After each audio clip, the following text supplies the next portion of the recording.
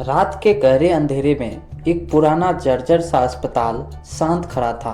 एक समय था जब ये अस्पताल लोगों की जान बचाने का गढ़ माना जाता था, पर अब इसकी खामोश दीवारें किसी भूतिया जगह से कम नहीं लगती थी। इस अस्पताल में डॉक्टर राजवीर का नाम बड़े आदर से लिया जाता था। लोग कहते थे कि वो एक बेहद होनहार डॉक्टर था और उसके पास हर मर्ज की दवा थी। लेकिन एक दिन एक भयानक हादसे में उसकी मौत हो गई और तब से अस्पताल को बंद कर दिया गया। कहते हैं कि उस हादसे में कई मासूम जानें भी गई थी, लेकिन फिर भी इस अस्पताल से हर रात अजीब सी चीखें सुनाई देती थी, जैसे कि कोई दर्द से कराह रहा हो। समय बीतता गया और कुछ वर्षों बाद इस अस्पताल को एक बार फिर से खोलने का निर्णय लिया गया। नए डॉक्टर और नर्सेज की टीम तैयार थी। उनमें से एक डॉक्टर आर्यन था जो बेहद जिज्ञासु और साहसी था।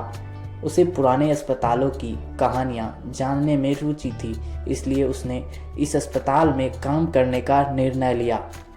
पहली ही रात कुछ अजीब हुआ। डॉक्टर आर्यन ऑपरेशन थिएटर में काम कर रहा था कि अचानक लाइट्स झपकने लगी। उसने सोचा शायद बिजली का कोई मसला है, लेकिन तभी उसने एक छाया देखी। वह छाया धीरे धीरे उसके पास आ रही थी और उसके चेहरे पर अजीब सी हंसी थी। ये वही डॉक्टर राजवीर की छाया थी।